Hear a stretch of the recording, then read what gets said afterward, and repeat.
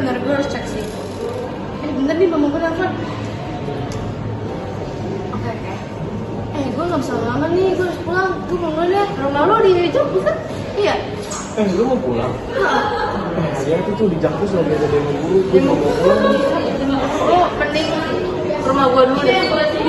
Jadi boleh nih, boleh ngobrol yuk. Ya.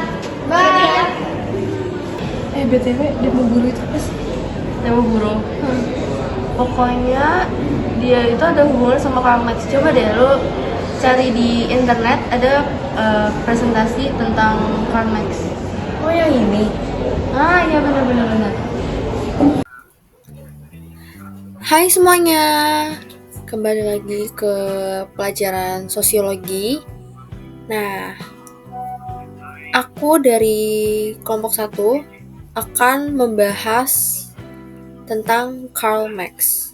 Tapi aku nanti di sini gak akan sendirian, karena nanti akan ada beberapa yang nyusul juga menjelasin.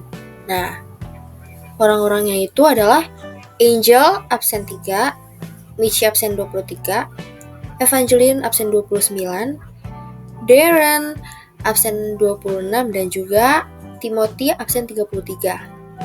Nah, jadi untuk tagline-nya, jadi rangkaiannya akan seperti apa yang kita bahas. Pertama, akan ada biografi. Jadi kehidupannya seperti apa, tanggal lahirnya di mana, dia orang apa. Lalu ada riwayat studi. Jadi apa sih riwayat studi atau pendidikan apa yang sudah dia tempuh selama ini? Lalu juga ada karir dan karya, udah pasti karena dia merupakan sosok-sosok penting di sosiologi ini. Lalu juga ada pemikirannya, karena Karl Marx ini memiliki teori yang mana pemikirannya ini sangat berpengaruh besar terhadap perkembangan yang ada di dunia. Dan tentunya agar kita nggak kebingungan, ada relevansi di kehidupan nyata. Baik, terima kasih Joli. Sekarang saya akan melanjutkan tentang Karl Marx. Karl Marx sendiri mempunyai quotes, yaitu Capital is that labor which vampire-like lives only by sucking living labor and lives the more. The more labor it sucks. Yang artinya adalah Marx mengungkapkan metafora vampir untuk menggambarkan kapitalisme, menyatakan bahwa modal hidup dengan menghisap tenaga kerja hidup. Ini mencerminkan pandangan kritisnya terhadap eksploitasi kapitalis terhadap pekerja. Sekian penjelasan saya tentang quotes yang dimiliki oleh Karl Marx. Sekarang marilah kita menuju informasi selanjutnya yang akan dijelaskan oleh teman saya, yaitu Angel. Terima kasih. Biografi Karl Marx. Karl Marx lahir pada tanggal 5 Mei 1818 di Trier, Jerman, dan meninggal pada tanggal 14 Maret 1883 di London, Inggris. Ia merupakan seorang sosiolog, ekonom, filsuf, dan jurnalis. Marx dilahirkan dalam keluarga beragama Yahudi dengan kondisi ekonomi kelas menengah. Ia merupakan anak ketiga dari 9 bersaudara. Ayahnya bernama Heinrich Marx dan ibunya bernama Henrietta Marx. Meski berasal dari keluarga keturunan Yahudi, sang ayah pada tahun 1816 memutuskan untuk dibaptis menjadi seorang Kristen di usia ke-36 tahunnya. Heinrich merupakan seorang pengacara yang cukup sukses di Prusia. Ayah Marx juga seorang aktivis reformasi pada masanya.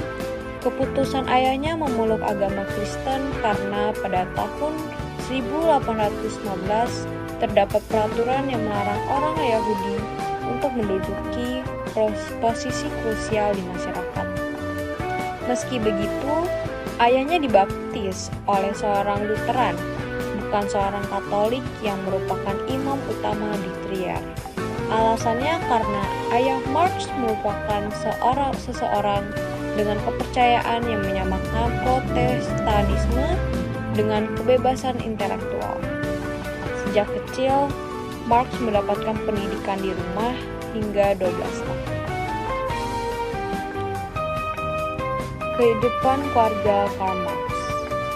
Pada tahun 1836, ketika Marx semakin bersemangat untuk terlibat secara politik, Marx diam-diam bertunangan dengan Jenny von Westphalen, seorang wanita dari keluarga terhormat di Trier yang usianya 4 tahun lebih tua darinya. Melihat tingkah sang anak yang juga semakin radikal, dalam serangkaian surat, ayah Marx menyatakan keprihatinannya melihat putranya yang menggila seperti itu. Heinrich juga menegurnya karena tak mengambil tanggung jawab pernikahan dengan cukup serius. Terlebih, calon istrinya berasal dari keluarga kelas atas. Ayahnya pun meminta Marx untuk menghentikan pernikahannya dengan Jenny. 7 tahun setelah Karl Marx bertunangan diam-diam dengan Jenny von Westphalen. Pada bulan Juni 1843, Marx menikahinya, dan pada bulan Oktober mereka pindah ke Paris.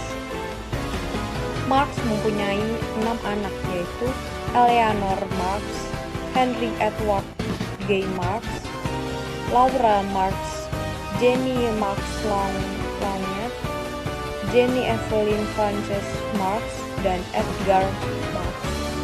Tapi, karena kemiskinan yang amat parah, hanya 3 anak yang bergender perempuan yang bertahan sampai dewasa. Anak-anak Marx saat dewasa pun juga terlibat aktif dalam kegiatan politik. Latar belakang pendidikannya, sekitar tahun 1830 sampai 1836, ia melakukan sekolah secara homeschooling hingga usia 12 tahun.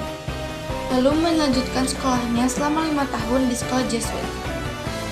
Sekitaran tahun 1836 sampai 1841, beliau melanjutkan ke Universitas Bonn di Jerman dan mengambil jurusan filsafat atau humaniora dan sastra.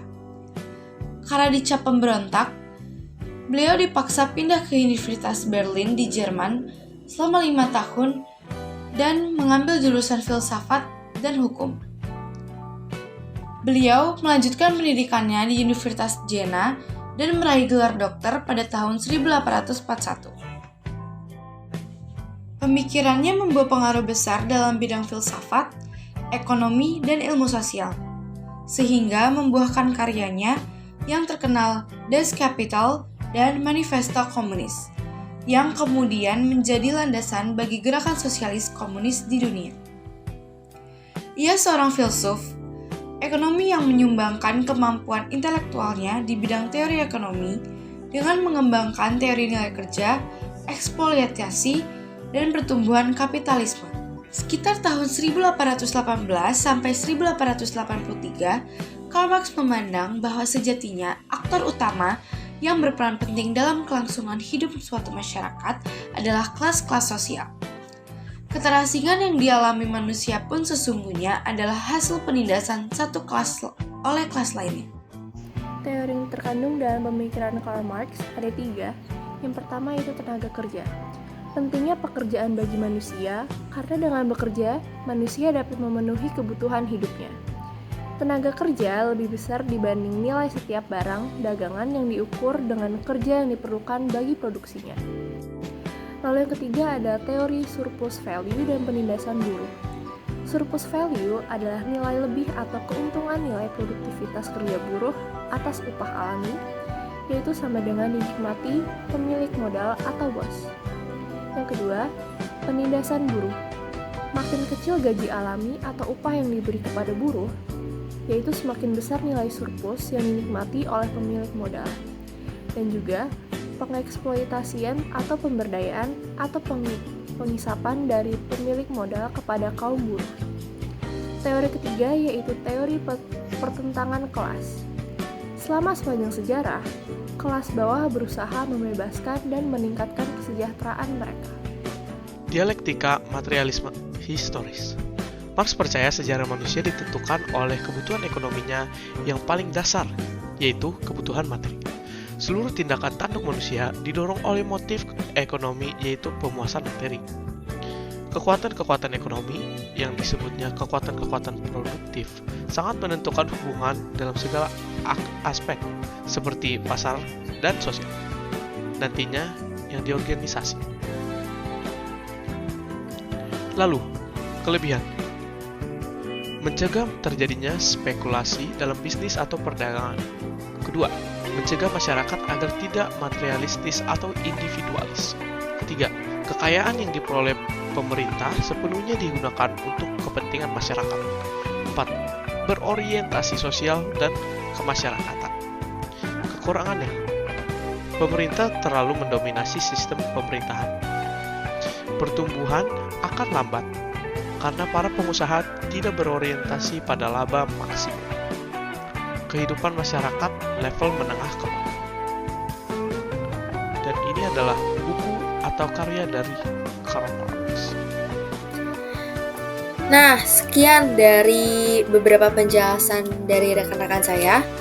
Semoga kedepannya kita bisa lebih paham tentang apa itu kapitalisme dan kita bisa memilah mana perbuatan yang benar dan kita bisa nih ikut merasakan apa yang dirasakan oleh buruh-buruh dan pekerja-pekerja yang sekarang banting tulang untuk bisa menyediakan apapun yang kita perlukan untuk dapat memenuhi kebutuhan kita.